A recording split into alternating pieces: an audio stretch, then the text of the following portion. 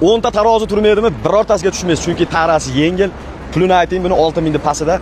Texnika qiziq bo'lsa like bosib, videoda oxirigacha ko'rib turing, ma'lumotlarni beraman. Aytib o'tganimizdek, yengil tarali Kamazimiz 55-11 samosvalimiz 89-yilda ishlab chiqarilgan, dizel holatida turibdi, ko'ringlar.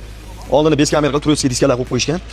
Oldiga yaxshi balon qo'yilgan ekan. Endi buni arzon furadan chiqqan balonlar qo'yib yursalar ham yarashaveradigan holatda. Valini bilmayman aka, shu 2 oy bo'ldi olganimga to'g'risi, lekin avtorasxod qilmaydi, yurishlari yaxshi deyapti. Dvigateli bor, panejniy pavishi ishlaydi. Ramazda ikkala tomonda, shu ko'ringlar mana.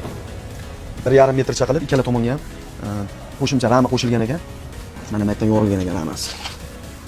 Lekin kuzuviga havas qildim, rost ekanligiga ko'ringlar. Kuzuvi zavod holatda turibdi, shuning uchun tarasi ham yengil. Aka 3-4 marta taroziga tushdim, 24 tonna, 25 tonna chiqardi yuki bilan qo'yish boraverdi deyishdi. Chunki bilasizlar, 3 moslikka 27 tonna yuki bilan 27 tonnaga palojna. Lekin ramani qolgan joyi absolutni toza holatda, padramga yo'q ishgan ekan ko'ringlar. Kuzuv paylari ham vahshiy zo'r ekan. Endi bu yengil yuk olib yurganda, joni qiynalmagan texnika. Risollari ham zavaskoy 10 tonnalikligi. Orqa balonlari 20-30% atrofida. Mana orqaga qopqondan ko'ringlar, kichkina qilishib. Shaharda endi qishloqqa qaraganda ozroq yuk ortishadi. Moslari 49 talik, ovozi yo'q. Aka deyishdi, kelishkasi mana 10 tonnalik ekan, zavodskoy. Energiya akkumulyatorlari ham yaxshi holatda turibdi lekin. Ammo tormozi udar aka. Yevroda qo'shiydi deyishdi, tormozini ham.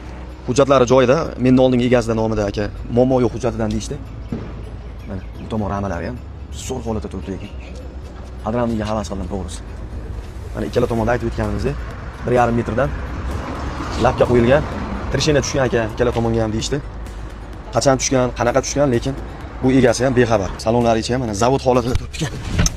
Mashalloh. Yevro rollar qo'yib qo'yishdi mana. Kamazning o'zi ham mana salon ichi ham normalniy holatda turibdi. Endi puliga yarashadi.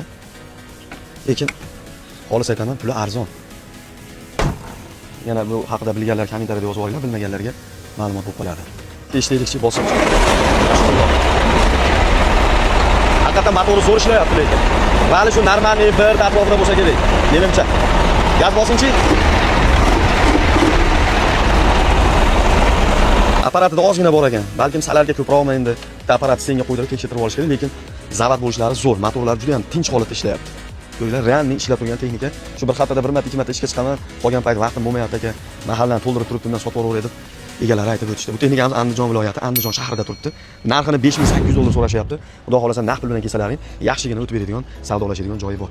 Bu videorolikimizni kapalakdek tarasi yengil Zavadskoy 55-11 qidirib yurgan do'stingizga srochniy tashlab qo'yish esdan chiqmasin. Imkon servis kanaliga obuna bo'lib qo'ysanglar, mana barcha turdagi texnikalardan, narxlardan xabardor bo'lib turasizlar. Like bosishni unutmanglar, chunki sizlar uchun doim harakatdamiz, izlanishdamiz do'stlar. Yaxshi kunda ko'rishaylik.